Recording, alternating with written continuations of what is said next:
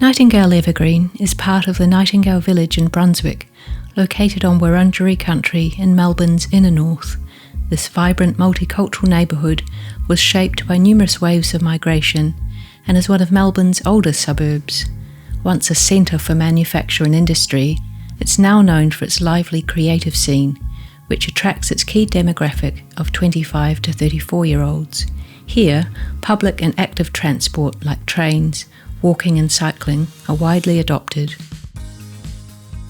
For my partner and I, we wanted to buy an apartment, and we knew that only Nightingale would be a high enough standard for us to live in. I think it's really interesting because in thinking about what we love about the apartment, I think immediately about what we love about the building. And I think there's lots of things about the apartment that are particularly great, but if this apartment was in another building, in another place without our community, it would be nothing to us. People ask me what it's like to live in an apartment. You know, in Australia, it's not so common. Most people live in detached houses. And for me, I almost want to ask, why do you live in a detached house? Like, it's after I've spent a lot of time living in Berlin and Amsterdam and other places like that. And when I came back to Australia, I actually did get rented a little weatherboard cottage in the suburbs.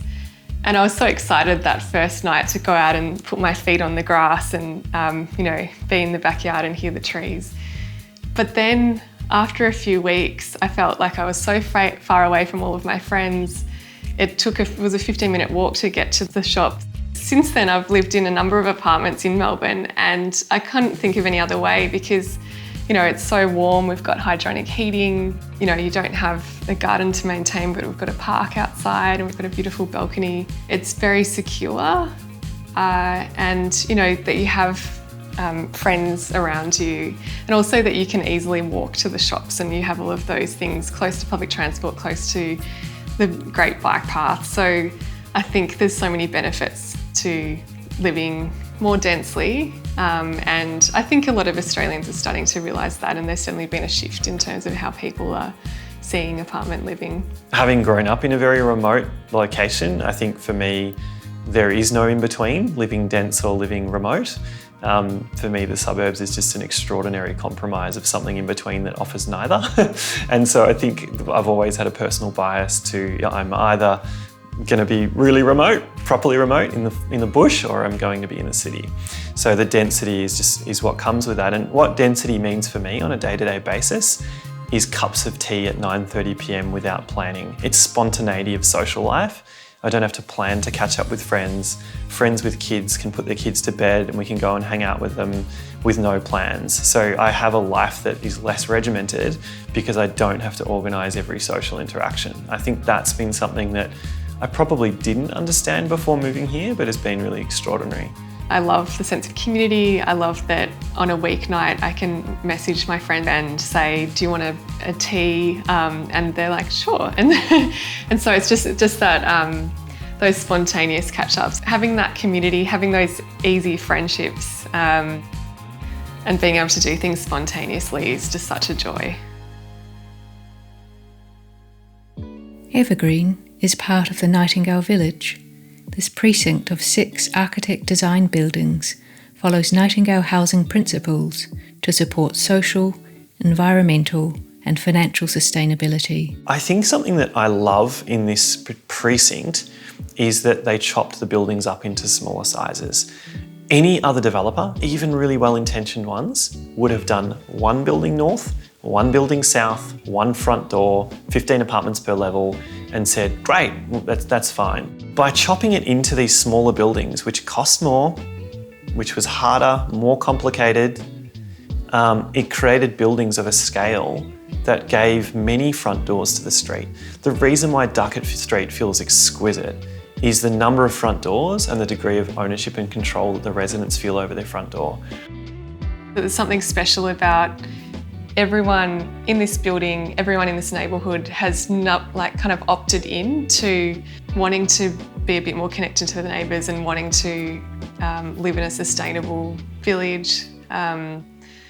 There's something beautiful about having people around you that share your values. We know everyone in the building's kid, family, probably their mother and their job and what they do most Saturdays. We just have that sense of what, because we know everyone so well, that has meant our socially rented units, like our neighbours, are absolutely integrated in our community.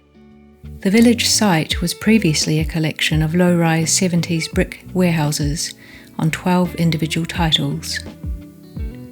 With only 27 apartments, Evergreen is the smallest building in the village. It has several different housing types, ranging from 1, 2 and 3 bedroom apartments, as well as 2 tilehouse studios, and the project also includes social housing provision. So we like in this apartment that the way the bedrooms are sort of tucked together and have perhaps slightly smaller windows on the railway line side, which facilitates a larger opening to the park and a broader aspect to the north. And so for us, I really love that we have those clear zones in the space rather than just a tube to the light. As with the Nightingale Housing approach, instead of individual laundries, the building includes a communal laundry and rooftop washing lines. This idea, which is seen across Nightingale projects, aims to increase environmental performance and means more space is available within apartments. It also brings together residents in an informal way during day-to-day activities. Well, to be honest, the area I use the most would be the laundry. We also often run into people in our building there too, so it's strangely the most social part of our building. Other shared amenities include the rooftop gardens, the productive vegetable garden, dedicated bicycle parking, and access to shared vehicles at the car-free village. One thing that's quite special about this building that you might not think about is that there were a lot of loose ends. So we did not have a furnished common area. We did not have all the tables bought for us. We didn't move in and use a product. We had to organise that, so we had to form committees, decide how we were going to work together. We formed the Level 6 Summer Ready Task Force, and we found a way to make decisions about how we would choose our table. Having to choose that allowed us to have a more agency, more sense of ownership over the building, and it's helped us to make the building feel ours rather than we're camping in someone else's idea. The shared approach to resources and decision-making aims to encourage an inclusive sense of connection and neighbourliness between all residents, as well as striving for a sustainable housing model. At ground level, you'll find the social enterprise Good Cycles in the retail spot that is collectively owned by a unit trust. It provides cycle servicing to everyone in the local community, and it offers employment pathways for young people facing barriers to work. So that sequence of arrival at home is more like a terrace house. We come in via a veranda, we walk in the front gate, we come up to our front door and we can feel the breeze, we know what the temperature is the whole way out of the building. And there's something really vital about that in terms of feeling awake, feeling alive, and your openness to interaction is very different to when you're in a hallway, which has one purpose, which is to move through it and leave. So that kind of front door experience as well, I think, is really quite special in terms of that making of home in an apartment building. But we don't have any reason why we wouldn't stay here for as long as we possibly can.